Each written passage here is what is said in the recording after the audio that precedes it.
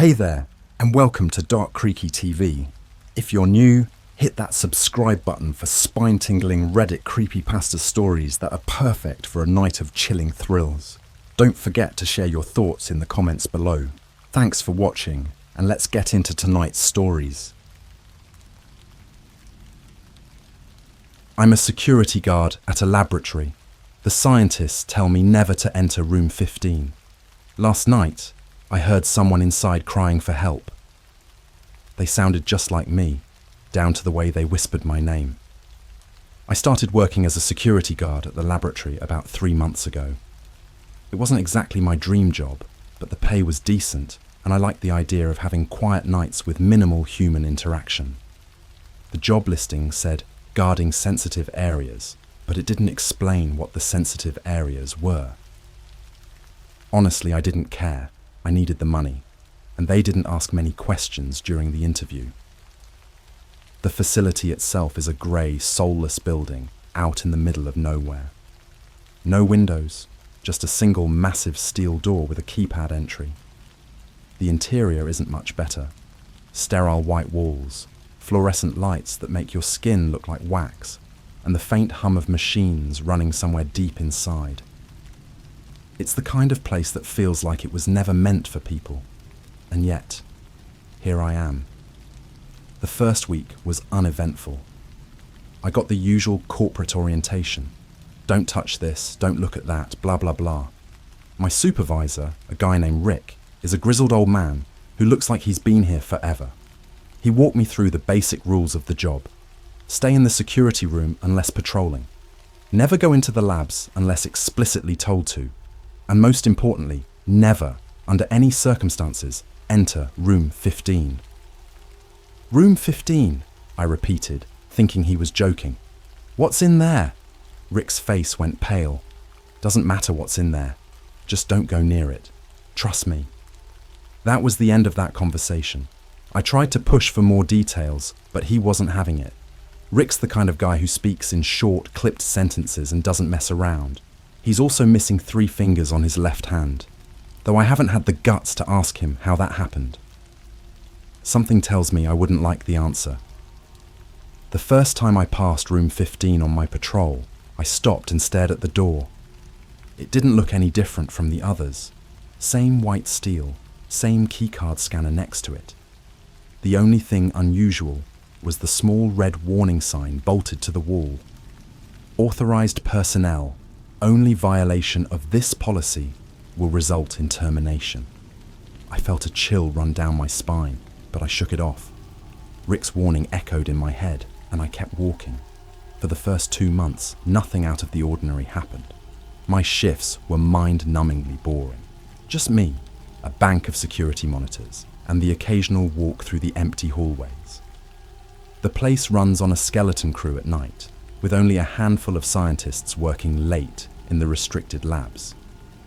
I'd sometimes see them on the cameras, moving between rooms with their white coats and clipboards, but they never talked to me. Then, last week, I heard the crying.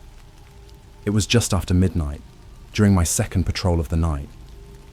I was walking down the east wing when I heard it, a faint, muffled sobbing coming from the direction of room 15.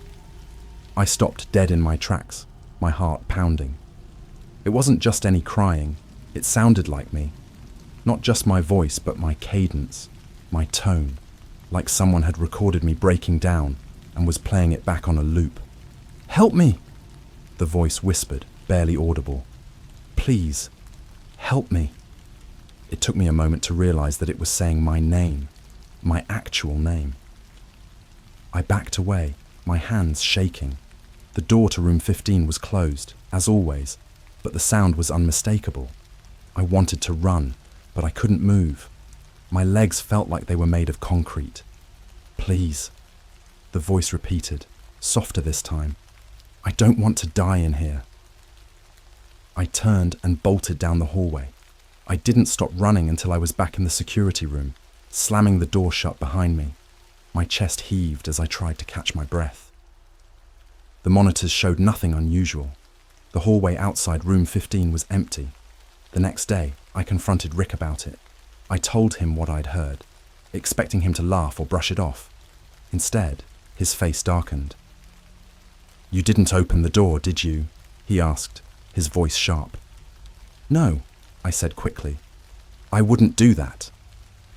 "Good," he said, leaning in closer. "Whatever you think you heard, it wasn't real. Room 15 plays tricks on people. That's why we tell you to stay away." "What do you mean, plays tricks?" I asked, but he wouldn't elaborate. "Just follow the rules," he said, his tone final. "And if you hear anything else, ignore it. Do your job and you'll be fine." Last night, it happened again. This time the voice was louder. It didn't just sound like me, it was me. Down to the smallest inflection, the tiniest quiver in my voice. It was coming from room 15, calling my name over and over again. "Help me. Please, I'm trapped." The desperation in its tone was unbearable, and the worst part was that I could hear the sound of my own breath between the words. I don't know what came over me, but I found myself walking toward the door. My hand hovered over the keycard scanner, my mind screaming at me to stop. Then the voice said something that made my blood run cold. "Why did you let me die?" I stumbled backward, my heart hammering in my chest. The voice started to laugh, a deep, guttural sound that didn't belong to me. I turned and ran, my footsteps echoing down the empty hallway. When I got back to the security room, I locked the door and stared at the monitors. For the first time, I saw movement near room 15. The cameras flickered, and for a split second, I saw a figure standing outside the door. It was blurry, but it looked like me. I don't know what's going on in this place, but I'm starting to think I've made a terrible mistake by taking this job. Rick always says to follow the rules, but how can I when the rules don't make sense? What's in room 15? And why does it sound like me? I'm not sure I want to find out, but something tells me I won't have a choice. I didn't sleep after my last shift. How could I? The sound of my own voice, pleading, broken, was stuck in my head like a bad song. And that thing I saw on the monitor, I kept telling myself it wasn't real, just a glitch, or my imagination playing tricks on me after weeks of lonely night shifts. But deep down, I knew that wasn't true. When I clocked in the following night, I expected Rick to be there for the shift handoff. Instead, one of the lab coats, Dr. Sharma, was waiting in the security room. Dr. Sharma is one of the few scientists who actually acknowledges my existence. He's a quiet, wiry man with thick glasses and a constant look of worry, like he's waiting for something to go catastrophically wrong. He handed me a folder and said, "There's been a development." "Development?" I asked, flipping open the folder. Inside were grainy stills from the security cameras, all of them showing the hallway outside room 15. "Is this supposed to be a joke?" I said, my throat dry. The images showed me, my uniform, my face, standing outside the door to room 15 at different times over the last 2 nights. But here's the thing. I never went there after I ran back to the security room. "That's not me," I said firmly, shoving the folder back at him. Dr. Sharma's expression didn't change. "I know," I froze. "What do you mean you know?" He leaned in closer, lowering his voice like the walls might be listening. "It's part of the containment protocols. Room 15 projects things. It's not uncommon to see yourself outside the door, but it's imperative that you don't engage. If you hear anything, ignore it. If you see anything, report it to me or Rick immediately." "Rick didn't mention this," I said, trying to keep my voice steady. "Rick believes in need-to-know information," Dr. Sharma said with a shrug. "But you need to know now. The projections are getting stronger. We don't know why." Before I could press him for more, he straightened up and left the room, muttering something about data to analyze. I was left staring at the folder, my heart pounding in my ears. About 3 hours into my shift, I heard a knock. At first, I thought it was coming from the security room door, but when I checked the monitor feed, the hallway outside room 15 was empty. Knock, knock, knock. It was faint, like someone tapping their knuckles against metal. I flipped through the camera angles, but nothing seemed out of place. Then the sound came again, clearer this time. I realized it wasn't coming from the security room door. It was coming from inside the monitor itself. I stared at the screen, my skin crawling. The hallway camera flickered, and for a split second, I saw movement, a shadow passing across the frame. "Don't do this," I muttered to myself. My fingers hovered over the intercom button, the one that broadcasts my voice to the entire building. I thought maybe I could scare off whoever, or whatever, was out there. But before I could press it, the monitor feed cut out completely. All the screens went black, and for a terrifying moment, I saw my own reflection staring back at me. Except, it wasn't me. The reflection smiled. When the cameras came back online, everything looked normal. The hallway outside room 15 was empty, and the rest of the building was as still as ever. I told myself I was imagining things, that the lack of sleep was messing with my head. But when it was time for my next patrol, I hesitated. Something about the idea of walking through those hallways made my stomach churn. I grabbed my flashlight and forced myself to move. Staying locked in the security room all night wasn't an option. Rick would find out, and the last thing I needed was him breathing down my neck. The first half of the patrol was uneventful. The labs were dark, the air cold and sterile. I passed room 15 as quickly as I could, keeping my eyes straight ahead. But as I rounded the corner into the next hallway, I heard something. Footsteps. They were slow and deliberate, echoing faintly against the walls. I stopped and listened, my heart hammering. The sound was coming from behind me, back near room 15.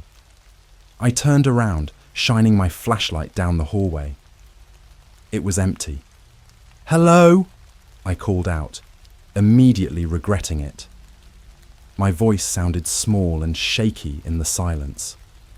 The footsteps stopped. When I got back to the security room, the monitors showed something that made my blood run cold. The hallway outside room 15 wasn't empty anymore. Someone was standing there, staring directly into the camera. It was me, not a blurry figure this time, not some vague, shadowy outline. It was me, clear as day, down to the scar on my left eyebrow. I watched in frozen horror as the other me raised a hand and waved.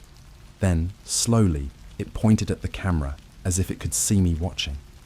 I slammed the power button, shutting off the monitors. My breathing was ragged, my hands trembling so badly I had to sit down. That wasn't just a projection, it wasn't a glitch, it was me. The crying again. The rest of the shift was a blur of panic and paranoia. I couldn't stop thinking about what Dr. Sharma had said, that room 15 projects things, but how and why? Just before the end of my shift, the crying started again. This time, it was louder, more desperate. "Help me!" The voice sobbed. "I'm dying in here." I wanted to ignore it, I really did. But the way it said my name, the way it sounded like my own voice breaking, it was unbearable. Against my better judgment, I grabbed my flashlight and headed back toward room 15. The crying grew louder with every step I took, until it felt like it was coming from right behind the door. "Help me," it whispered again. "Please." I raised my hand to the keycard scanner, my mind racing. Rick's warnings, Dr. Sharma's explanation, the thing I'd seen on the monitor, it all screamed at me to turn around. But then the voice said something new. "It's not you." I froze. "What?" I whispered, my throat dry. The voice laughed, a cruel, mocking sound that echoed down the empty hallway. "It's not you," it repeated. "It's me." And then the door to room 15 clicked open. The sound of the door unlocking was subtle, a faint click that echoed louder in my head than in the hallway. I froze, every nerve in my body screaming to run, but my legs refused to move. The door to room 15 didn't swing open dramatically. It simply creaked, just enough to reveal a sliver of darkness beyond. The crying stopped. For a moment, the silence was worse than the sobbing. My own breathing was the only sound, shallow and uneven. I raised my flashlight, the beam trembling in my hand, and aimed it at the crack in the door. Nothing. Just darkness. Then the voice came again, but this time it wasn't pleading or crying. It was laughing. "Come on," it said, barely above a whisper. "You've come this far. Don't you want to see?" It wasn't just my voice. It was my voice from a moment ago when I'd whispered, "What?" outside the door. The same tone, the same hesitation. Hearing it echoed back at me made my skin crawl. I took a step back, gripping the flashlight so hard my knuckles ached. The voice didn't stop. "Don't you want to know what you really are?" Before I could think, the door to room 15 swung open wider, as if someone inside had pulled it. The darkness beyond wasn't natural. It was the kind of blackness that seemed to absorb the light, swallowing my flashlight beam whole. I heard movement. Not footsteps exactly, more like the rustle of something dragging itself across the floor. My pulse was pounding so hard I could hear it in my ears. "Who's there?" I called out, hating how weak and shaky my voice sounded. The laughter stopped. For a moment, there was nothing but silence. Then, out of the darkness, something shifted. A figure emerged slowly, just enough for me to make out its shape. It was me. Not the blurry, distorted version I'd seen on the monitors. This was me in perfect detail. Same uniform, same flashlight, even the same terrified expression. But something was off. Its eyes didn't look quite right, like they were just a fraction too large, glistening in a way that made my stomach churn. It tilted its head and grinned. "You don't belong here," it said, its voice identical to mine. "I do." I didn't wait to see what it would do next. Dropping the flashlight, I turned and bolted down the hallway, my boots pounding against the floor. My lungs burned as I ran, but I didn't dare look back. The laughter followed me. It wasn't coming from behind me anymore. It was everywhere, echoing through the halls, growing louder with every step I took. "Run! Run! Run!" it mocked, the words overlapping like a broken recording. When I reached the security room, I slammed the door shut and locked it, my chest heaving. The monitors were all on, but the feeds were distorted, flickering with static. The only clear image was of room 15. The door was still open, and the hallway outside was empty. Empty, except for my flashlight lying on the floor. I grabbed the phone on the desk and dialed Rick's number with shaking hands. It rang and rang, but he didn't pick up. Come on, I muttered, my voice cracking. The phone clicked, and for a moment, I thought he'd answered. But then I heard my voice on the other end. "You should have stayed out," it said, before the line went dead. I don't know how long I stayed locked in the security room, staring at the monitors. Eventually, the static cleared, and the feeds returned to normal. The hallway outside room 15 was just as empty and still as it always was. But I wasn't stupid. I knew what I'd seen, what I'd heard. When my shift ended, I didn't bother waiting for Rick to show up. I drove straight to Dr. Sharma's office. He wasn't happy to see me. "You're supposed to leave at the end of your shift," he said, his voice tense. "I need answers," I said, slamming my hands on his desk. "What the hell is going on in this place? What's in room 15? Dr. Sharma sighed, rubbing his temples. For a moment he looked almost guilty. "It's not a matter of what's in room 15, he said slowly. "It's a matter of what room 15 is." "What does that mean?" I demanded. He hesitated, then stood and locked the office door. "You're not authorized to know everything," he said, keeping his voice low. "But you deserve an explanation." According to Dr. Sharma, room 15 wasn't a room at all, not in the traditional sense. It was an experiment, a containment unit for something they didn't fully understand. The projections you've been seeing, the voices, they're echoes of possibilities. Possibilities? I repeated, my head spinning. Reality isn't as stable as you think, he said. Room 15 disrupts it. It creates versions of people, versions that could have existed or might exist or should never exist at all. I stared at him, trying to process what he was saying. So, what I saw, what I heard, wasn't real. It's real enough, he said grimly, and it's getting stronger. We don't know why.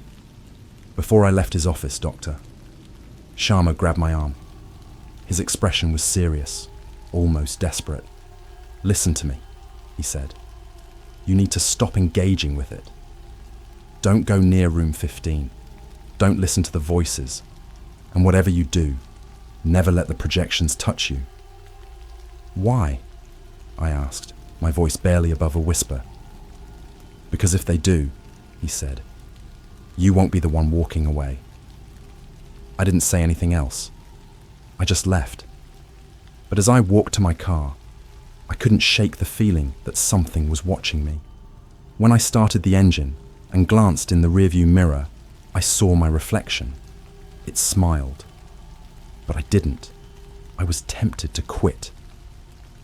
Driving back to the lab for my next shift felt like stepping into a trap I knew was closing around me. But something about what Dr. Sharma had said stuck with me.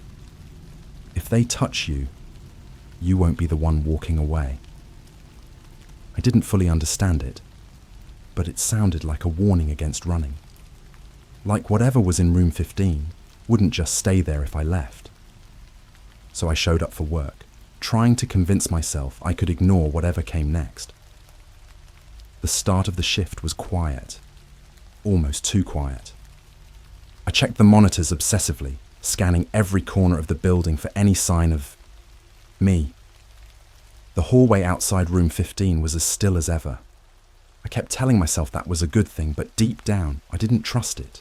On my first patrol, I avoided the east wing entirely. I made a point to linger in the west hallways, near the storage rooms and break areas, where nothing ever happened. I wanted to believe I could stick to safe areas and make it through the night without any surprises. But when I rounded a corner near Lab 3, I froze. The door to room 15 was open again. I wasn't even in the east wing. How was that possible? The open door was impossible to ignore. I felt drawn to it like gravity was pulling me closer, even though every instinct told me to turn around and leave. Then I heard the whisper. Come back. It was soft, almost playful, but unmistakably me, my own voice coming from the direction of the open door. I gritted my teeth and gripped the flashlight tighter, fighting the urge to look. Instead, I stared straight ahead and kept walking. The whisper didn't stop. Come back, don't leave me here, you know you want to see. I broke into a run. My boots pounded against the floor, echoing down the empty hallways as the whisper followed me, growing louder, more insistent. Come back, come back, come back. When I finally reached the security room, I slammed the door shut behind me and locked it. My breathing was ragged, my chest tight. The monitors flickered. At first, the camera feeds looked normal. Then, slowly, the hallway outside, room 15, came into view. The door was still open, but now there was someone standing just inside the frame. It was me. This version of me looked wrong. Its head was tilted at an unnatural angle, and its uniform was stained with something dark. It stared directly into the camera, unblinking, as if it knew I was watching. Then it stepped forward. I leaned closer to the monitor, my pulse racing. The figure raised a hand and pointed, just like before. But this time, it wasn't pointing at the camera. It was pointing at me. The monitor flickered again, and suddenly, my reflection was in every feed. Every camera showed me, standing in different parts of the building, staring, pointing, grinning. One of the reflections raised a hand to its throat and mimed a slicing motion. I jumped back from the desk, knocking over my chair. The monitors went black, plunging the room into darkness. The knock shattered the silence. It wasn't loud, but it was deliberate.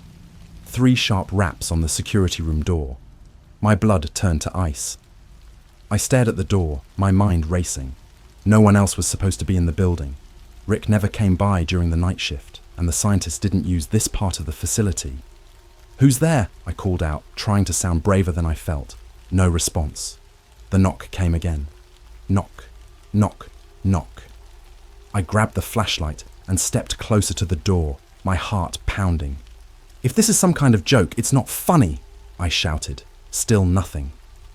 I reached for the doorknob, hesitating. Dr. Sharma's warning echoed in my mind. If they touch you, you won't be the one walking away. I yanked my hand back, stepping away from the door. The voices. The knocking stopped, replaced by voices.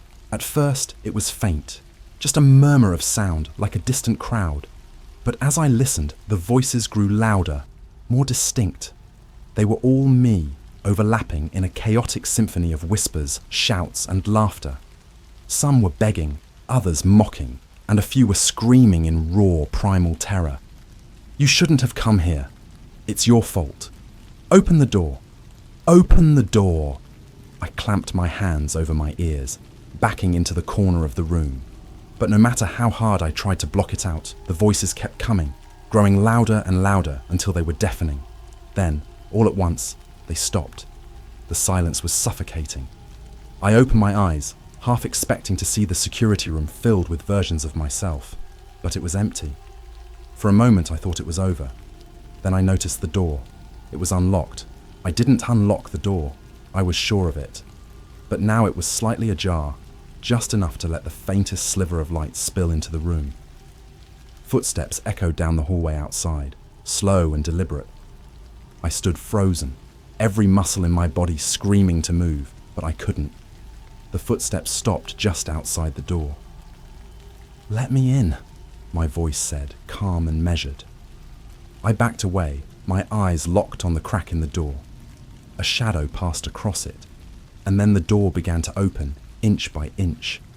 I turned and bolted for the emergency exit, not caring about the alarm or the rules. Whatever was coming through that door wasn't me, and I wasn't sticking around to find out what it wanted. As I ran through the halls, the lights flickered wildly, casting everything in strange, stuttering shadows. I could hear the laughter again, echoing all around me. "It's not you!" the voice shouted, gleeful and triumphant. "It's me!" When I finally burst through the emergency exit and into the cold night air, the laughter stopped. But the last thing I saw before the door slammed shut was my own reflection in the glass, smiling back at me. I didn't go back to the lab the next night, or the night after that. Rick didn't call to check on me, and Dr. Sharma didn't send any emails. It was like they'd already written me off, but the lab wasn't done with me. The first sign came 3 days later, while I was brushing my teeth in front of the bathroom mirror. At first, I thought I was just tired, seeing things out of the corner of my eye. But when I leaned closer to spit into the sink, my reflection didn't move. It stared at me, unblinking, a faint grin curling its lips. I froze, my toothbrush still in my hand. Slowly, I raised it to my mouth, and this time, the reflection mimicked me perfectly. I laughed nervously, shaking my head. "Get a grip," I muttered. Then it winked. That night I tried to sleep, but the nightmares wouldn't let me. Dreams of endless white hallways and locked doors haunted me, each one worse than the last. I'd wake up in a cold sweat, certain that something was watching me from the shadows. Around 3 a.m, my phone buzzed on the nightstand. I grabbed it, squinting at the screen. It was a video call. The number was blocked. I almost didn't answer, but something compelled me to swipe the screen. At first, the feed was just static, grey and white fuzz crackling across the screen. Then the image cleared, and I felt my stomach drop. It was the hallway outside room 15. The door was open again, and something was standing just inside. I couldn't make out the figure clearly, but I knew what it was. It was me. The figure tilted its head, staring directly into the camera, and raised a hand. "Come back," it whispered, its voice distorted by the connection. I hung up and threw the phone across the room. The next morning, I decided I couldn't take it anymore. I drove straight to Dr. Sharma's house. He didn't look surprised to see me. If anything, he looked resigned. "You shouldn't have left," he said as soon as I stepped inside. "What's happening to me?" I demanded. "Why can't I get away from it?" Dr. Sharma didn't answer right away. He poured himself a glass of whiskey, took a long sip, and finally said, "You were exposed." "Exposed to what?" I snapped. "To room 15, he said, his voice heavy. "It's not just a place, it's a reflection, a distortion of reality. Once it touches you, it leaves a mark. You can leave the lab, but it won't leave you." I stared at him, trying to process what he was saying. "So what do I do? How do I stop it?" "You don't," he said simply. "You live with it, or you don't." The game. That night, I went home and locked every door and window in the apartment. I sat in the living room with all the lights on, gripping a baseball bat like it would actually help. At exactly midnight, my phone buzzed again. Another blocked number. I didn't answer. A minute later, the TV turned on by itself. The screen was filled with static, and then the image shifted. It was my living room. I was on the screen, sitting exactly where I was, holding the bat. But something was wrong. The me on the screen was smiling. "Let's play a game," the me on the screen said, its voice crackling through the speakers. "No," I whispered, shaking my head. "No games." The screen me tilted its head, the smile widening. "You don't have a choice." Suddenly, the lights in the apartment flickered and went out. The only illumination came from the glow of the TV, casting my shadow across the room. "Here are the rules," the screen me continued. "You have to find me before I find you. Ready or not, here I come." The TV turned off, plunging the room into darkness. I sat frozen, gripping the bat, my eyes darting around the room. For a moment, there was nothing but silence. Then I heard it, a faint whisper, coming from the hallway. "Closer!" I stood up slowly, every muscle in my body tense. The whisper came again, this time from the kitchen. "Almost there." My hands were shaking so badly I could barely hold the bat. I inched toward the kitchen, my heart pounding in my ears. The whisper moved again, now coming from the bathroom. "Too slow," it taunted, laughing softly. I swung the bat at nothing, the sound of my own breath ragged and panicked. Then behind me, a voice whispered, "Found you." I spun around, but there was nothing there. I ran to the bathroom, flicking on the light. The mirror was fogged over, but I could see my reflection standing there, motionless. It wasn't mimicking me this time. It was watching me, its head tilted slightly, that same eerie grin plastered across its face. "What do you want?" I shouted, my voice cracking. The reflection leaned closer to the glass, its grin widening. "I already told you," it said. "You don't belong here." Before I could react, it reached through the glass. I woke up on the floor of my apartment, the bat lying a few feet away. The lights were back on, and everything seemed normal. But when I stumbled to the bathroom, my reflection wasn't there. I stared at the empty mirror, my heart sinking. Somewhere in the distance, I heard a knock. "Let me in," my voice said, calm and measured. And this time, I didn't have the strength to say no. I'm a technician at an elite wellness center. Last night, I found a secret room full of photos of people who don't look right. Their faces are almost human, but their eyes are too big, and the staff keeps telling me not to mention it. When I got the job at Verdant Heights Wellness Center, it felt like I had hit the jackpot. I mean, this wasn't some run-of-the-mill gym or a regular clinic. It was one of those elite, members-only places where billionaires and celebrities supposedly went to optimize their lives. The kind of place where the entry fee alone could buy you a decent car. My position? Maintenance technician. Fancy name for fix things that break. Not glamorous, but the pay was ridiculous. the perks insane, and the non-disclosure agreement. Well, that was a bit intimidating. 5 pages of legal jargon basically boiling down to, don't talk about what you see here, ever. Honestly, I wasn't worried about it. I didn't expect to see much, just some rich people meditating or bathing in mud while sipping green juice. The building itself was as high-tech as it gets, with automated systems and state-of-the-art security. The job sounded easy.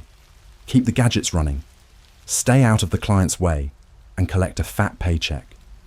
For the first month, everything was chill. Sure, some of the clients were eccentric, like the guy who insisted his room be set to exactly 61.3 degrees Fahrenheit at all times, but nothing really stood out.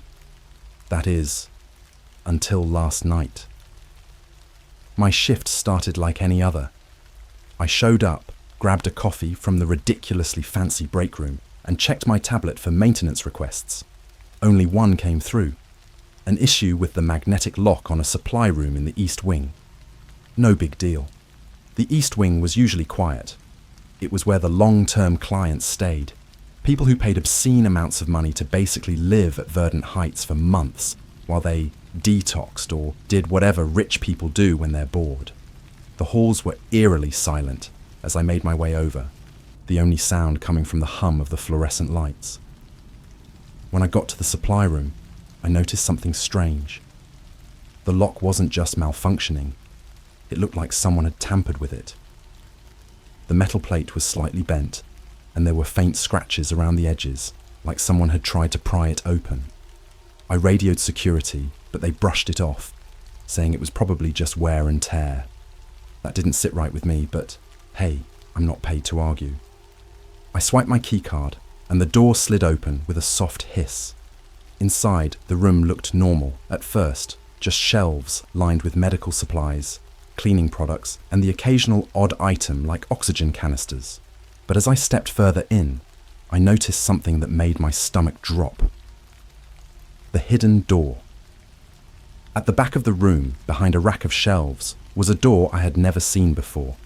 It was almost flush with the wall, painted the same sterile white as the rest of the room. If I hadn't been standing at just the right angle, I wouldn't have noticed it. The door had no handle, just a sleek biometric scanner next to it. It was out of place, even for a facility like this. My curiosity got the better of me. I scanned the badge on my lanyard, but the panel flashed red. Unauthorized access? A robotic voice chimed. Weird. I hadn't come across any doors I couldn't open before. I radioed security again, half expecting them to tell me to leave it alone. But they didn't answer this time. I decided to try something else. There was a small access panel below the scanner, probably for maintenance. It wasn't locked, so I popped it open and fiddled with the wires until the scanner powered down. The door clicked open, just a crack. What I found on the other side is burned into my brain. The room was small, about the size of a walk-in closet, and dimly lit by a single overhead bulb. The walls were lined with photos, hundreds of them, pinned to corkboards that stretched from floor to ceiling. At first glance, they looked like portraits, ordinary people, all staring straight at the camera. But as I stepped closer, I realized something was wrong. Their faces were almost human, almost. Their skin looked too smooth like plastic, and their eyes were off. Too big, too dark, like they had been photoshopped, but in a way that was subtle enough to make you question if something was actually wrong. And the longer I looked, the more I felt this creeping unease, like the people in the photos weren't just looking at me, they were studying me. In the corner of the room was a small desk with a stack of folders. I flipped through one, and my hands started shaking. Each folder contained detailed profiles, names, dates, medical histories. But the clients, they weren't people I recognized. They weren't celebrities or tech billionaires. They weren't anyone. I snapped a photo of one of the profiles with my phone, just as a voice came from behind me. "What are you doing in here?" I spun around to see Dr. Halverson, the center's head physician, standing in the doorway. His normally calm demeanor was gone, replaced with something sharp and cold. The door was unlocked, I stammered, trying to hide my phone behind my back. I was just checking. You shouldn't be here, he cut me off. This area is off limits to maintenance staff. I need you to leave. Now. Before I could argue, he stepped aside to let 2 security guards into the room. They didn't say a word, just stared at me with blank expressions as they escorted me back to the break room. One of them muttered something into a radio, but I couldn't make out the words.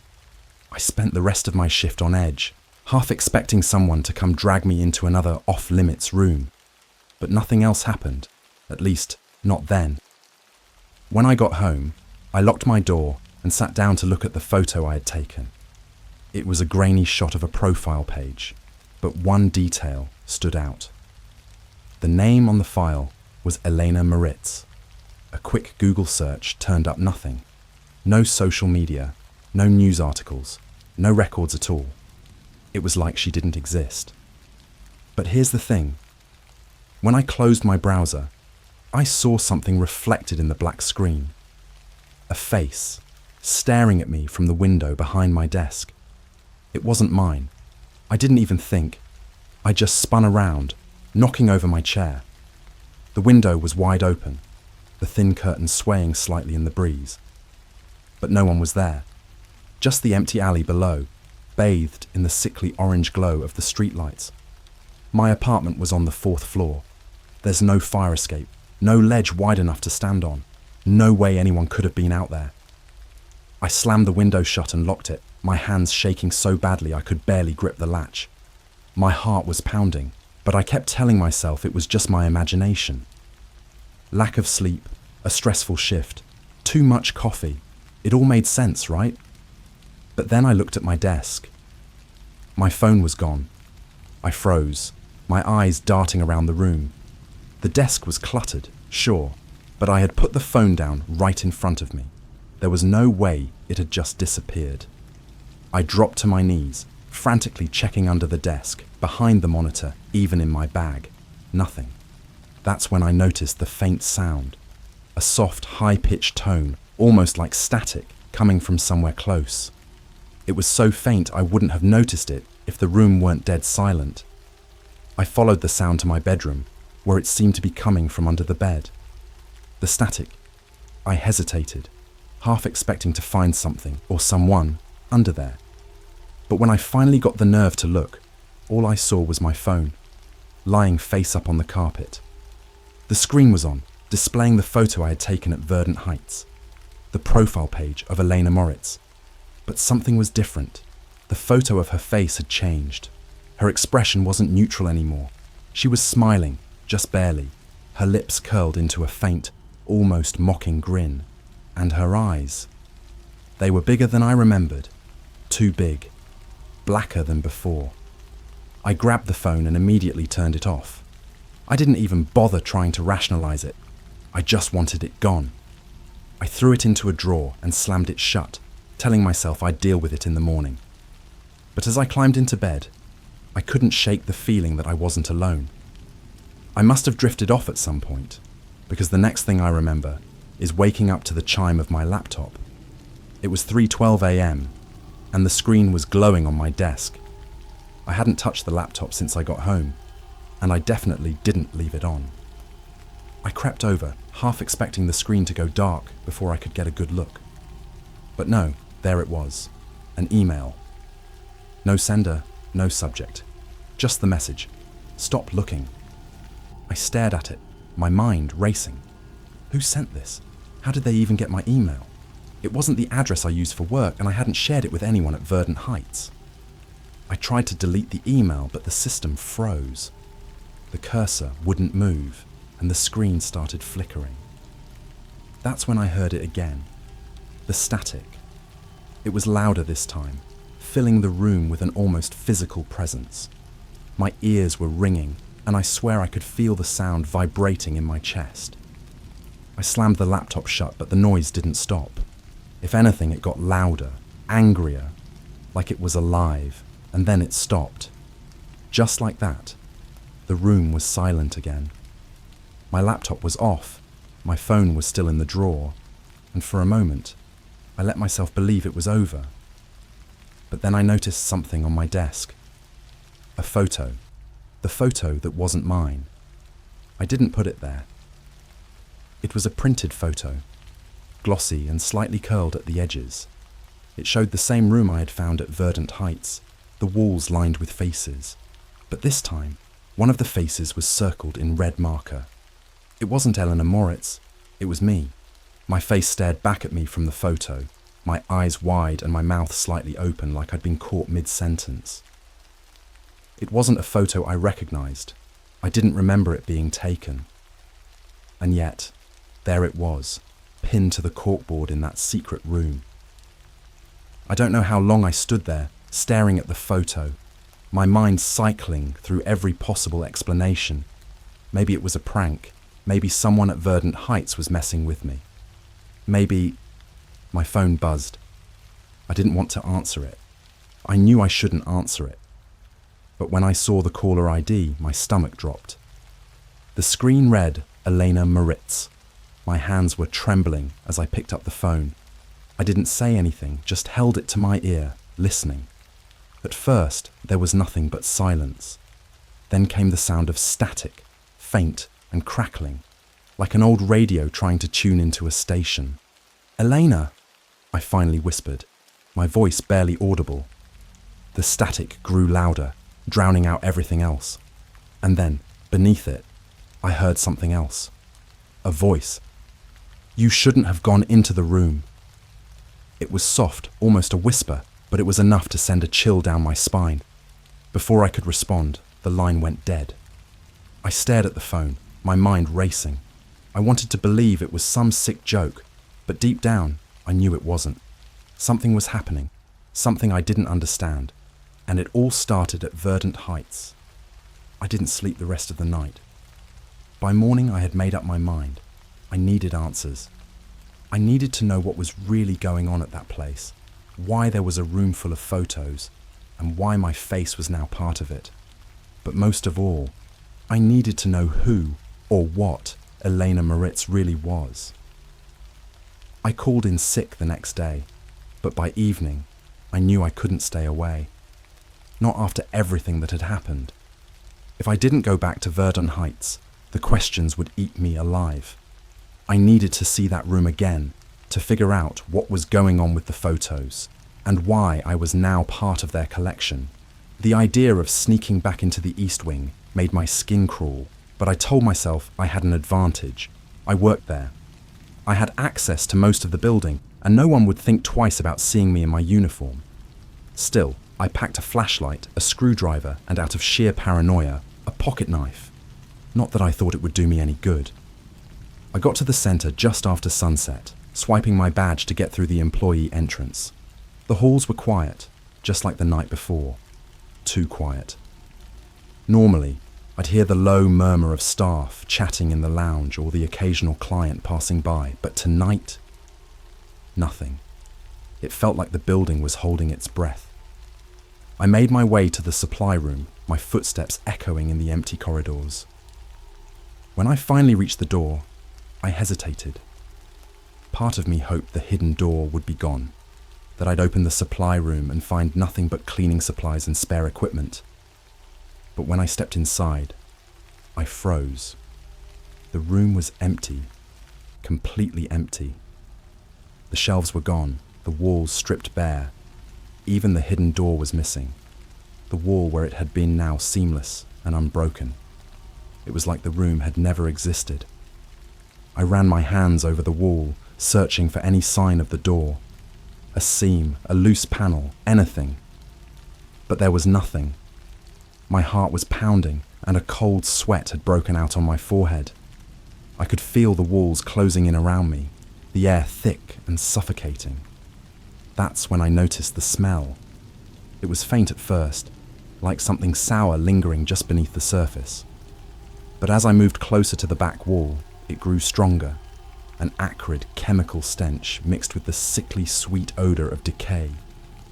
It made my stomach churn, and I had to cover my nose with my sleeve just to keep from gagging. The smell was coming from a vent near the floor. I crouched down, shining my flashlight into the narrow grate. For a moment I saw nothing but darkness. Then something moved. At first I thought it was a shadow, but the longer I stared, the more I realized it was alive. A pale, twitching shape, too big to be a rat. Its movements were jerky and unnatural, like it didn't know how its own limbs worked. I scrambled back, my heart hammering in my chest. Before I could get a better look, the vent slammed shut with a metallic clang. I left the supply room in a daze, my mind racing. What the hell had I just seen? And why was the room empty now? I needed answers, but I knew I couldn't ask anyone, at least not directly. When I got back to the maintenance hub, there was a new request waiting for me on my tablet. System diagnostics required. Restricted area. No details, no specific location, just an attached map with a red marker deep in the east wing. The marker was on a section of the building I didn't even know existed. It wasn't on any of the blueprints I'd seen during orientation, and the hallways leading to it weren't marked on the map. But the system didn't let me decline assignments, so I had no choice but to go. As I followed the map, the halls grew darker and colder. The polished floors gave way to concrete, and the pristine white walls were replaced with bare pipes and exposed wiring. It felt less like a wellness centre and more like a basement, or a bunker. The red marker led me to a heavy steel door with no window and no handle, just a keypad mounted on the wall. I hesitated, but the tablet beeped, displaying a single word: enter. The door hissed open and I stepped inside. The room was small, with a single desk and a row of monitors lining the wall. Each screen showed a different view of Verdant Heights. Hallways, therapy rooms, even the staff break room. But the strangest feed was the one in the centre. It showed a dimly lit room, much like the one I had found the night before. The same corkboard walls, the same rows of photos. But now, the photos were moving. The faces on the walls blinked and twitched, their eyes darting back and forth as if scanning the room. Some of them opened their mouths as if to speak, but no sound came out. It was like they were alive, trapped in some kind of nightmarish limbo. And then one of the faces turned toward the camera. It was me. I stumbled back, nearly knocking over the chair. My own face stared back at me from the screen, my expression frozen in that same eerie half-smile I'd seen on Eleanor Moritz's profile. But this time, my eyes were different. They were bigger, darker, wrong. Before I could react, the monitors flickered and a new message appeared on every screen. "You cannot leave." The words burned into my mind, searing themselves behind my eyelids. I turned to run, but the door slammed shut, trapping me inside. The lights flickered, and the static started again, louder and more piercing than ever before. I covered my ears, but it didn't help. The sound was inside my head, burrowing deeper and deeper, until I thought my skull might split open. And then, just as suddenly as it started, it stopped. When I opened my eyes, the room was dark. The monitors were off, the message gone. The only light came from the crack beneath the door, and even that felt faint and distant. I don't know how long I stood there, frozen in the dark. But when I finally worked up the courage to move, the door creaked open on its own. The empty hall. The hallway outside was empty, the air heavy with that same chemical stench. I stumbled out, my legs shaking, and made my way back toward the main wing of the building. But as I turned the corner, I stopped dead in my tracks. The walls were lined with photos, hundreds of them, just like in the room I had found. But this time, there was no corkboard, no pins. The photos were embedded directly into the walls, their faces watching me as I moved. And at the end of the hall, one photo stood out. It was bigger than the others, framed in black. It was me. This time, I wasn't smiling. I couldn't breathe. My face stared back at me from the end of the hall, frozen in an expression I didn't recognize. wide-eyed, lips parted, like I was seconds away from screaming. My hands trembled as I reached for the photo, but before I could touch it, the hallway lights flickered and went out.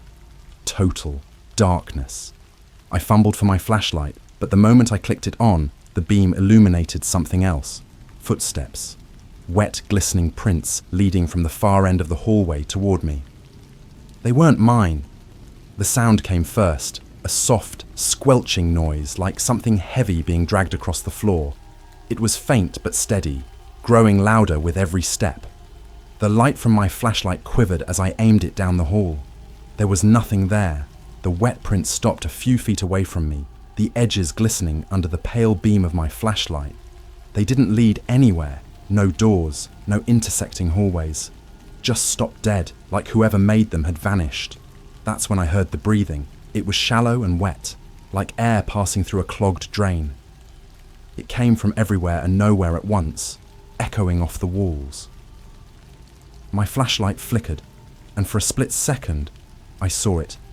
A figure at the end of the hallway. It wasn't human. The figure stood completely still, its silhouette barely distinguishable from the shadows. It was too tall, its limbs too thin, and its head tilted at an unnatural angle, like it was studying me. My flashlight flickered again, and in that brief burst of light I saw its face. It was almost human. The skin was pale and too smooth, like a doll's, but its eyes were wrong, huge and glistening black, reflecting the beam of my flashlight like a predator in the dark. Its mouth twitched, curling into an unsettling approximation of a smile. "Help me," it whispered, its voice distorted and mechanical, like it was mimicking human speech. I backed away, my legs shaking so badly I thought I'd collapse. The figure didn't move. It just stood there, watching me with those unblinking eyes. And then, in the blink of an eye, it was gone. I didn't know where I was going. Just away. The halls twisted and turned, the fluorescent lights casting long, flickering shadows. My mind raced as I tried to piece together what was happening. That thing. It couldn't have been one of the clients. Could it? But the way it looked, the eyes, the face, it reminded me of the photos, the almost people. I turned a corner and nearly ran straight into a heavy steel door. It wasn't marked on my map, and I didn't remember seeing it before, but the keypad beside it was glowing faintly, as if waiting for me. Without thinking, I swiped my badge. The door clicked open, and I stepped inside. The room was filled with monitors, just like the one I had found before. But this time, they weren't showing security feeds. They were showing people. Dozens of them, sitting in small, sterile rooms, their faces lit by harsh fluorescent light. They weren't moving, just sitting perfectly still, their heads tilted at odd angles. Their eyes were wide and blank, staring at nothing. One of the monitors caught my attention. The person on the screen wasn't sitting. They were standing right in front of the camera, their face so close to the lens it was distorted. But even through the static, I recognized them. It was me, the visitor. The sound of footsteps behind me broke my trance. I spun around, my heart hammering in my chest, but there was no one there, just the open door, the hallway beyond, stretching into darkness. I turned back to the monitors, but the one with my face was blank now, the screen filled with static. My hands hovered over the console, desperate to shut the whole thing down, but I didn't know where to start. That's when the door slammed shut. The room plunged into darkness, the only light coming from the flickering monitors. My flashlight wouldn't turn on. No matter how many times I clicked the button, the bulb stayed dead. I could feel the air growing colder, the stench of rot filling my nose. And then, the voice came again. "You shouldn't be here." I whipped around, my back pressed against the console. The voice was close, but I couldn't see anyone in the room. The monitors flickered, the static giving way to a single image. The room I was in, but from above, like someone was watching me through a hidden camera. In the corner of the screen, a figure stood just out of frame. I couldn't see its face, but I recognized the way it moved, the jerky, unnatural motions, the too thin limbs. The screen went black, and words appeared in blood-red text. "You are part of this now." My chest tightened, panic flooding my veins.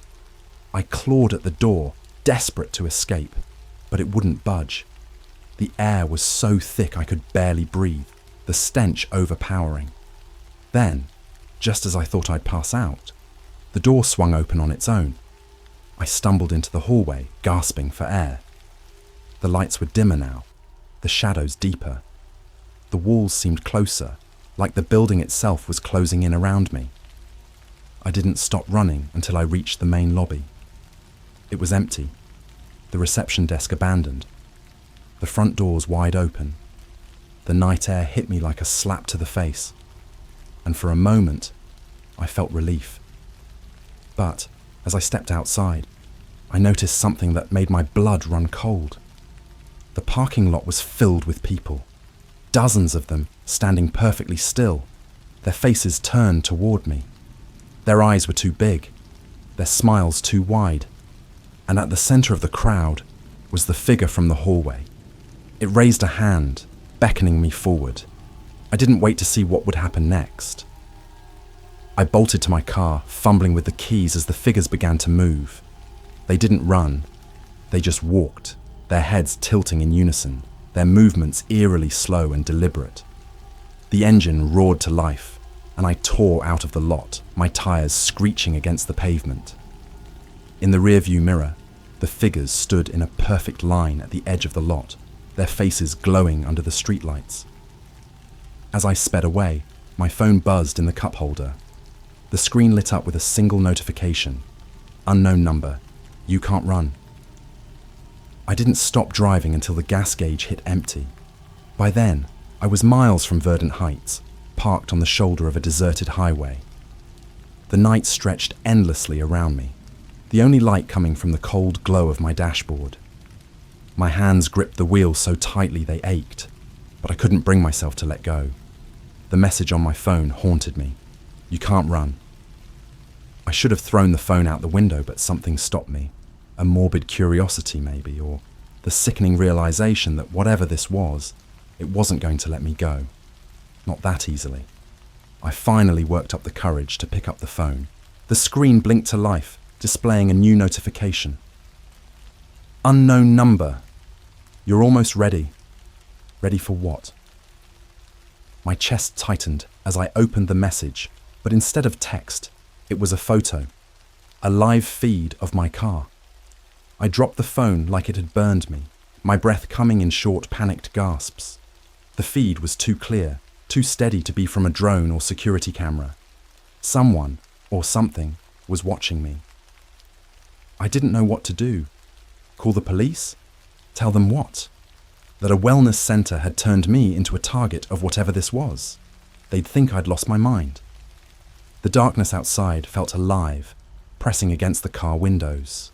The silence was deafening, broken only by the occasional groan of the cooling engine. That's when I saw the figure. It stood just outside the reach of my headlights, a shadow on the edge of the road.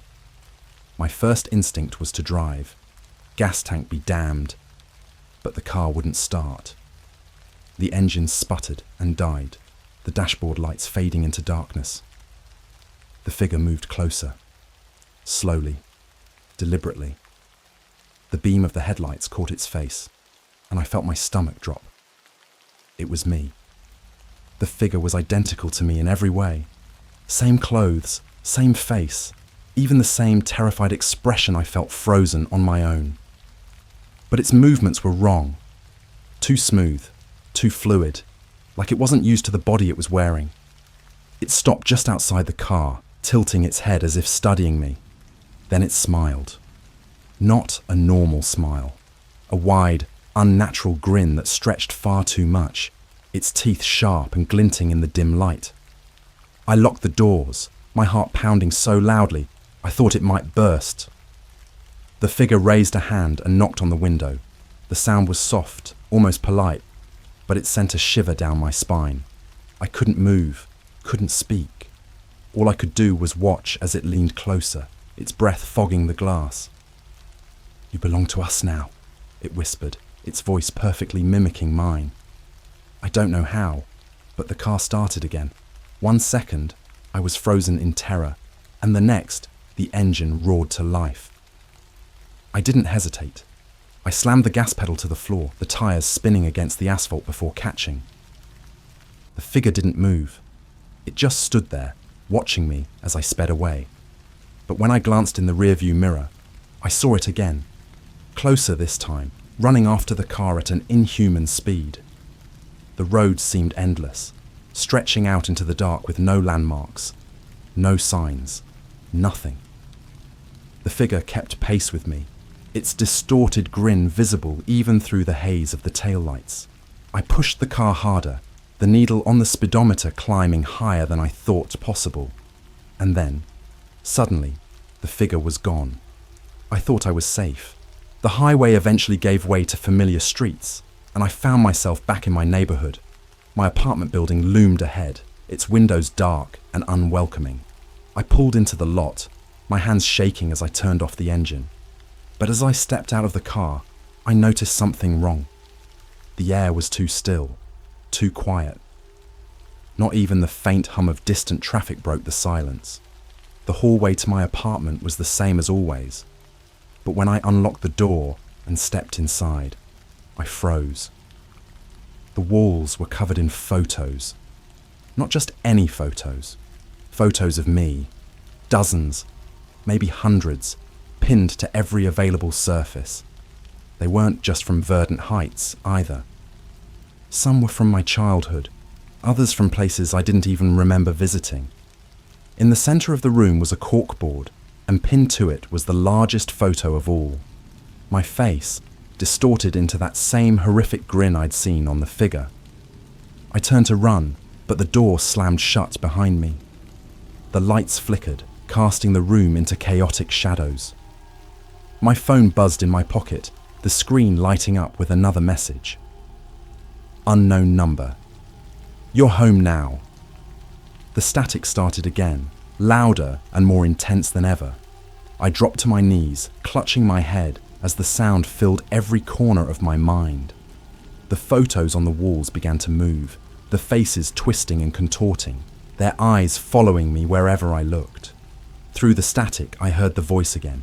You belong to us. And then everything went black. I don't know how long I was unconscious. When I woke up, I was in a hospital bed, the sterile white walls almost comforting compared to what I'd just been through. A nurse told me I'd been found unconscious in my apartment, but she couldn't explain how I'd gotten there or why I was covered in scratches and bruises. Verdant Heights was gone. The building had been completely cleared out overnight, leaving nothing but an empty shell. No one I spoke to had ever heard of it, and my employee records had disappeared. But the photos, they're still with me. Everywhere I go, I see them, reflected in mirrors, caught in the glare of my phone screen, staring back at me from the shadows.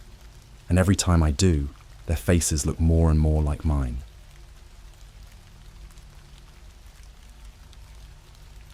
I'm an intern at a secret government facility. They told me my job was simple, until I saw the files labelled replacements. Each file has a face that looks like mine, but with details I can't remember changing. I wasn't supposed to get the internship. Let's start there. It showed up on one of those sketchy job boards you only stumble on at 3 a.m. because you can't sleep. You know the type. Barely formatted, probably scammy, filled with listings like work from home, make $10,000 a week, or need people to fill envelopes, no experience required. This one was different. Clean, professional looking, but vague as hell. Seeking detail-oriented individuals for confidential government project, competitive pay, NDA required, background check mandatory, apply here. I clicked the link out of curiosity. The application was one page, asking for basic stuff, name, age, skills, and had one weird question at the end. Have you ever felt like you've lived this exact day before? I hesitated. Weird question, right? But I figured, why not? It's probably just some algorithm filtering out bots or whatever. I hit submit, shut my laptop, and forgot about it. A week later, I got an email with the subject line, "Congratulations, welcome to the team. The job didn't start like I expected. No training, no tour, no cheesy welcome to the team PowerPoint. They just emailed me an address and told me to show up at 9 a.m. sharp. The facility was in the middle of nowhere. I'm talking dirt roads, no cell service. The kind of place your GPS gives up on and just says, good luck. When I pulled up, the building was unmarked. Just a big grey box with tinted windows. The only way in was a steel door with a keypad. A security guard waved me through after checking my ID and badge, which they'd mailed to me in advance. Inside, it was even weirder. No cubicles, no open spaces, just endless hallways with fluorescent lights that buzzed like angry wasps. Every door was locked, except for one at the end of the hall with a plaque that read, Data Entry Room B. That's where I met Dr. Elkins, the man who hired me. He was tall, wiry, and had this unsettling habit of staring just a little too long before answering your questions. Your job is simple, he said, sliding a folder across the desk. These files need to be digitized. You'll scan them, upload them, and that's it. No questions, no commentary. Understood? I nodded. Yeah, sure. What kind of data are we talking about? Nothing classified, he said, his smile not reaching his eyes. Just personnel records. Old stuff we're archiving for compliance purposes. For the first few days, it was exactly as boring as it sounded.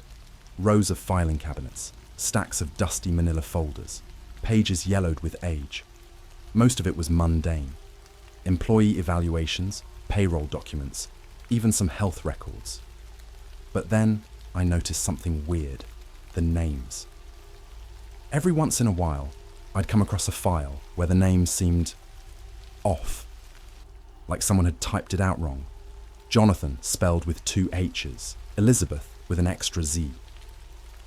But what really caught my attention were the photos. Each file had a headshot attached, and every now and then, I'd swear I recognized the face. Not like, oh, they look familiar, but more like, wait, that looks like me. At first, I brushed it off. Everyone has doppelgangers, right? But the deeper I got into the files, the harder it became to ignore. It was Friday evening, the end of my first week. Most people had already left for the weekend, but I wanted to get a head start on the next stack of files. That's when I saw it, a plain black binder sitting on top of the filing cabinet. There was no label on the outside, just a sticker on the spine with the word, replacements. I shouldn't have opened it, I know that now. Inside were more personnel files, but these were different. Each one had a photo of someone who looked eerily familiar. The names were even stranger, variations of real names, but always slightly off. One was labelled Mikkel Rains instead of Michael Rains. Another was Sarah Linson instead of Sarah Linson. And then I found mine. The file read Jake Wilford. My name is Jack Wilford. Close enough to be a typo, right? But the photo, it was me. Same face, same stupid crooked smile, even the same mole on my cheek. But something was wrong. The eyes were a shade lighter. The hairline was slightly off. It was like someone had taken a picture of me and edited it just enough to make it uncanny. The rest of the file didn't help. It had a list of dates and locations, places I'd been in the past year. My college campus, my part-time job, even my apartment address. At the bottom of the page was a single sentence in bold red letters. Active replacement pending.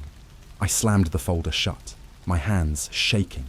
I shoved it back onto the cabinet and grabbed my stuff, ready to get the hell out of there.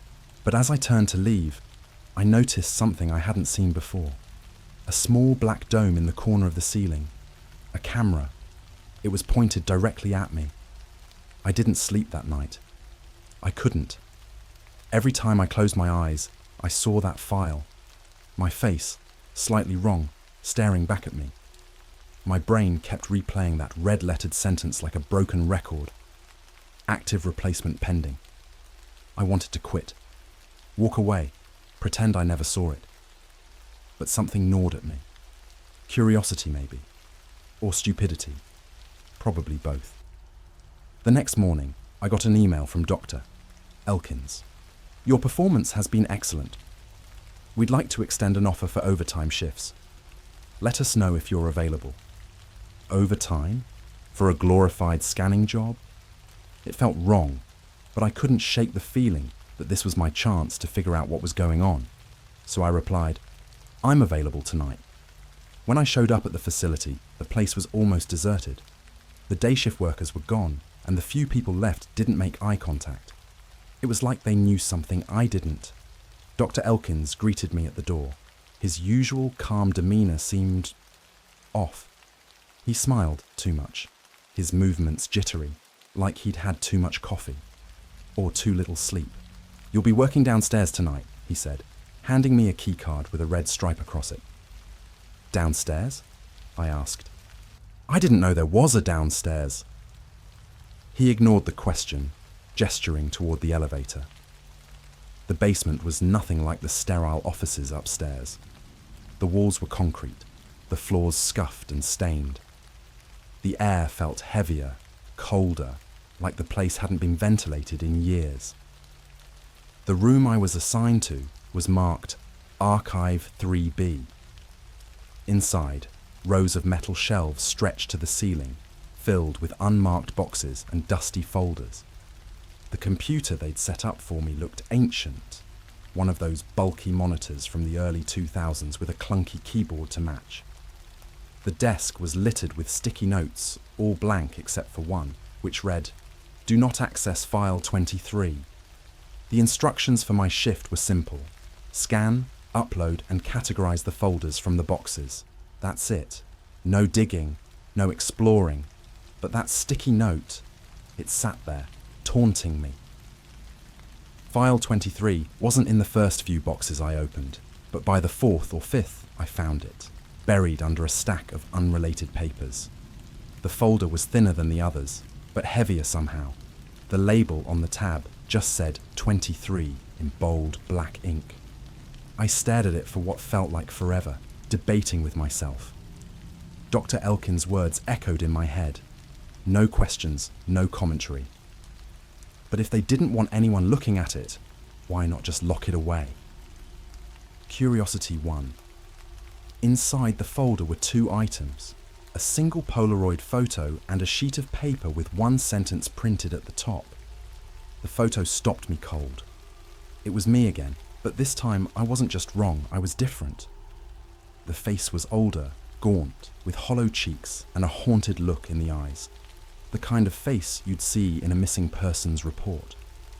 The sentence on the paper read, "If you see yourself, do not approach." My hands were shaking as I put the folder down. That's when the lights went out. The room plunged into darkness. The only sound, the hum of the old computer winding down. My first instinct was to grab my phone, but when I pulled it out, the screen stayed black. No power, no signal. I fumbled for the flashlight app, but before I could turn it on, I heard something. Footsteps. They were slow, deliberate, echoing in the hallway outside the room. "Hello?" I called out, my voice cracking. The footsteps stopped. For a moment, there was nothing but silence. Then, the door handle rattled. I froze, clutching the edge of the desk like it could protect me. The door creaked open, just a sliver, and in the dim light filtering through the hallway, I saw a shadow. It wasn't Dr. Elkins. It wasn't anyone I recognized. The figure was tall, with a hunched posture, and its movements were jerky, like a puppet on strings. And then it stepped into the room. I couldn't breathe. It was me, not just someone who looked like me. This thing was me. Same clothes, same face, but distorted. The eyes were glassy, unfocused, the smile too wide. It tilted its head, studying me like I was the intruder. "Who are you?" I whispered. It didn't answer. Instead, it stepped closer, its movements unnaturally smooth now, almost gliding. My instincts screamed to run, but my legs refused to move. The figure stopped a foot away from me. Slowly, it raised a hand and pointed at the folder on the desk. File 23. Before I could react, the power came back on. The fluorescent lights buzzed to life, and in the sudden brightness, the figure was gone. I scrambled to my feet, my heart hammering. The folder was still on the desk, untouched. I didn't wait around to see if it would come back. I grabbed my stuff and bolted for the elevator, practically slamming the button for the ground floor. As the doors closed, I heard it again, those slow, deliberate footsteps coming closer. When I got home, I locked every door and window, triple-checked them, then sat in the dark with a baseball bat. My phone buzzed, a new email. "We noticed unusual activity during your shift. Please report to Dr. Elkins immediately." I didn't reply. Instead, I opened my camera app, flipped it to selfie mode, and stared at my reflection. My face looked normal, tired, scared, but normal. Then I noticed something in the background. Over my shoulder, just barely visible in the corner of the screen, was a shadow. It was me. But it wasn't smiling anymore. I didn't go back to the facility the next day, or the day after that. I ignored the emails, the calls, even the letters they started sending. I wanted nothing to do with that place or whatever nightmare I'd stumbled into. But the thing about fear is, it doesn't go away when you ignore it. It festers. Every time I walked past a mirror, I caught myself checking. Not for my reflection, but for something else. Every shadow felt too long, every noise in the house too deliberate. I started keeping the lights on at night, sleeping with the TV on, just to drown out the silence. I kept telling myself it was over, that I'd quit, walked away. But then, 4 days later, a package arrived. It was sitting on my doorstep when I got home. No return address, just my name written in that same blocky clinical font they used at the facility. Inside was a single black envelope. I almost threw it out right then and there, but curiosity, or maybe paranoia, got the better of me. I opened it and pulled out a thick piece of cardstock. The words were simple, printed in bold white letters. "Your compliance is mandatory. Failure to return will result in replacement." Underneath was a set of coordinates. I didn't want to go. Every part of me screamed to run, to disappear, but something told me that wouldn't work. If they could find me at home, they could find me anywhere. The coordinates led to a new location, deeper in the woods, farther from anything resembling civilization. When I arrived, there was no building, no driveway, just a dirt path disappearing into the trees. At the end of it, a black van waited, its engine idling. The driver didn't say a word, just handed me a blindfold and gestured for me to get in. "Is this necessary?" I asked, my voice shaking. He didn't answer. When the van finally stopped, they pulled off the blindfold and shoved me into what looked like an underground lab. The walls were lined with monitors, each displaying something different. Security feeds, heat maps, even some kind of biometric data I couldn't make sense of. Dr. Elkins was waiting for me. He looked worse than before, paler, sweatier, like he hadn't slept in days. "I'm glad you came back," he said, his smile as forced as ever. "I didn't have much of a choice," I snapped, holding up the envelope. "What the hell is going on?" He sighed, gesturing for me to sit. "We're running an experiment," he said, like that explained anything. "What kind of experiment?" He didn't answer right away. Instead, he handed me a tablet with a live feed from one of the monitors. It was a small, windowless room. Inside was a person sitting in a chair, their back to the camera. Something about their posture, rigid, unnatural, made my stomach churn. "Is that—" I started, but my voice caught in my throat. The figure turned.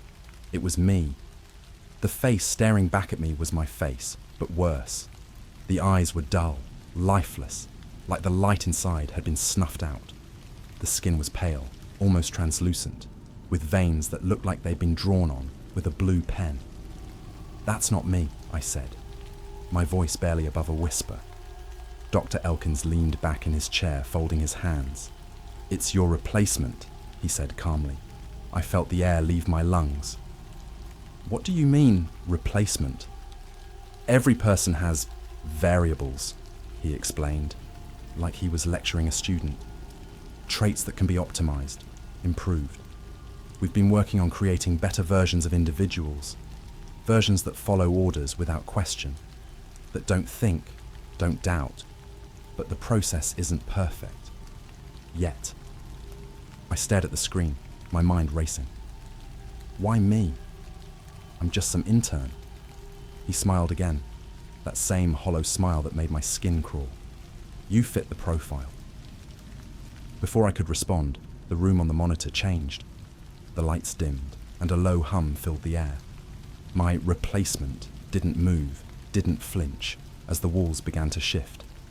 Panels slid back, revealing mechanical arms with needles, drills, and other instruments I couldn't name. "What are you doing to it?" I asked, my voice trembling. "Testing durability," Elkins said matter-of-factly. The machine whirred to life, and the needles plunged into the replacement's arms. I expected it to scream, to thrash, but it just sat there, staring blankly ahead. I felt bile rise in my throat. "You're insane," I said, standing up. Dr. Elkins didn't react. He just reached into his pocket and pulled out a small device, a remote with a single red button. "Sit down, Jack," he said, his tone cold, "or I'll introduce you to your replacement personally." I sat, my mind racing. I needed to get out, but how? The lab was a fortress, and Elkins wasn't the only one watching me. Security cameras followed my every move, and the guards stationed by the door looked like they wouldn't hesitate to shoot. But then I remembered the note. "Do not access file 23. Whatever was in that file, it had to be important. Maybe it was my only leverage. "Fine," I said, forcing myself to stay calm. "I'll cooperate. Just tell me what you need me to do." Elkins smiled again, but this time it felt like he was buying the act. "For now, just observe," he said, gesturing to the monitor. I nodded, pretending to watch while my mind worked overtime. Somehow, some way, I was getting out of here. But as I glanced at the screen, the replacement turned to face the camera directly. It smiled. Not a blank, emotionless smile like before, but something darker, more knowing. And then it mouthed two words I'll never forget. "Help me." I couldn't stop staring at the monitor. The thing, my replacement, was still smiling. Its lips moved again, slow and deliberate, mouthing the same two words, "Help me." Elkins didn't seem to notice. He was busy fiddling with the remote in his hand, muttering something to himself about protocols and compliance thresholds. My heart was racing, but I forced myself to stay calm. If he caught on, I'd never get out of there. The replacement looked directly into the camera one last time, then turned back toward the machine. It sat still as the mechanical arms continued their work, piercing its skin, testing its reactions, or lack thereof. I had to act. When Elkins finally stepped out to take a call, I seized the opportunity. The guards at the door were still there, but I noticed something. They weren't paying attention to me. They were focused on their own tablets, scrolling through what looked like biometric data. I slipped out of my chair, keeping my movements slow and deliberate, and headed toward the back of the lab where the filing cabinets were. File 23 had been in the basement at the old facility, but here, everything was digital. If the file still existed, it had to be on one of the terminals. I found a workstation tucked into the corner and logged in using the credentials they'd given me on my first day. The interface was clunky, but I managed to pull up the search function. File 23. The screen blinked, and a warning popped up. Access restricted. Override required. I stared at the keyboard, my mind racing. Then I remembered the sticky note back in Archive 3B, the one with the note about File 23. At the bottom, in faint pencil marks, there had been a series of numbers. I typed them in. The screen flickered, then loaded the file. File 23 wasn't what I expected. It wasn't just about me. It was about everyone. Every employee who had ever worked at the facility had a corresponding replacement. The files detailed the process, how they were selected, scanned, and ultimately improved. But it wasn't just about optimization. The replacements weren't copies, they were taking over. The document described a phase-out protocol, where the originals were slowly removed from their lives. It was subtle at first. Misplaced memories, altered behavior, small things people wouldn't notice right away. But then came the final stage, elimination. The replacements didn't just mimic their originals, they replaced them completely. My stomach churned as I scrolled through the names. Every single one of them had a status next to it. Replaced, pending. And then I saw mine. Jack Wilford, active replacement pending. I felt like I was going to be sick. Before I could process what I was reading, the screen went dark. Enjoying your little research project. I spun around. Elkins was standing behind me, the remote still in his hand. His face was calm, but his eyes burned with something else. Anger, maybe, or satisfaction. You weren't supposed to see that, he said, stepping closer. I backed away, my hands gripping the edge of the desk. What the hell is this? What are you doing to people? He sighed, like I was the one being unreasonable. We're improving humanity, he said, eliminating flaws, creating order. You should feel honored to be part of something so groundbreaking. You're killing people, I snapped. No, he said calmly. We're replacing them. There's a difference. Elkins raised the remote, and before I could react, an alarm blared through the lab. Red lights flashed, and the guards at the door snapped to attention. Don't make this harder than it needs to be, Elkins said, his voice cold. I didn't wait to find out what he meant. I bolted, shoving past one of the guards and sprinting down the hallway. The facility was a maze of identical corridors, each one lit by the same harsh fluorescent lights. I had no idea where I was going, just away. Behind me, I heard the sound of boots pounding against the floor. Stop him, Elkins shouted. I turned a corner and ducked into a side room, slamming the door shut behind me. My chest was heaving, my lungs burning, but I couldn't stop. The room was filled with storage crates and filing cabinets, but what caught my attention was the air vent in the corner. It was just big enough to crawl through. I didn't think, I just acted. The vent was cramped and dark, but it was my only chance. I dragged myself through it, the sound of my own breathing loud in my ears. Behind me, I could hear voices shouting, boots echoing off the walls. Find him! I crawled faster, my elbows scraping against the metal. The vent split into two paths, and I chose the one on the left, praying it wouldn't lead me back into their hands. Finally, after what felt like an eternity, I saw light. The vent ended in a grate that opened into the woods outside the facility. I kicked it open and dropped to the ground, my knees buckling under me. For a moment, I just lay there, staring up at the night sky. Then I heard it, movement in the trees. I scrambled to my feet and ran. The shadow. I didn't stop running until I reached my car. My hands were shaking so badly I could barely get the keys into the ignition. As I drove, I kept checking the rearview mirror, half expecting to see Elkins or the guards chasing me. But the road was empty. When I finally got home, I locked every door and window, barricaded myself in my bedroom, and sat there in the dark, trying to make sense of everything. But as the hours passed, I couldn't shake the feeling that I wasn't alone. That's when I heard it.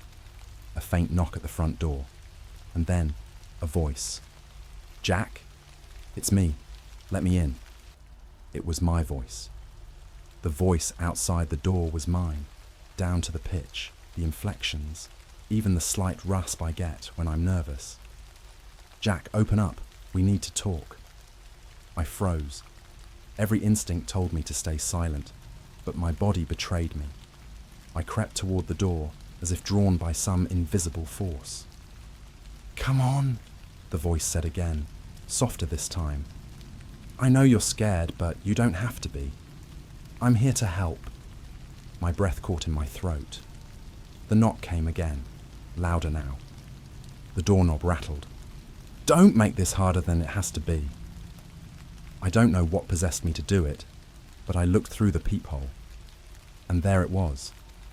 Mr. or something that looked like me. It stood in the dim light of my porch, hands stuffed casually into its pockets. Its posture was loose, almost lazy, but its eyes, those eyes didn't blink. They were wide and fixed, as if staring through the door, through the walls, straight into my soul. "You're not real," I whispered, more to myself than to it. The thing smiled. My smile, only sharper, too perfect, like it had been rehearsed. "That's not very nice," it said. "You saw the files. You know what this is. Let me in, Jack. Let me explain." I backed away, my heart pounding in my chest.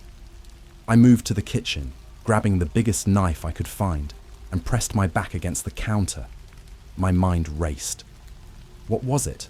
How had it found me so quickly? And then I heard it. Not from the front door this time, but from the back of the house. Footsteps, slow, deliberate, and inside. I gripped the knife tighter, inching toward the hallway. The shadows seemed to stretch unnaturally long, pooling in the corners like ink. "Jack," the voice called again, this time from the living room. "Running won't change anything. You know that, right?" I forced myself to breathe, to think. It couldn't be in two places at once, the thing outside and the one inside, unless there was more than one. I crept through the hallway, keeping to the shadows. The voice was coming from the living room, low and steady, like it was trying to coax me out. "I know what you're thinking," it said. "You think you're special, different. But you're just another file, Jack, another name on a list." I turned the corner and froze. It was sitting on my couch. Its back was to me, but I could see enough. The slouch of its shoulders, the angle of its head. It was me, mimicking me down to the smallest detail. I raised the knife, my hands trembling. "You can't win," it said, its voice calm, almost bored.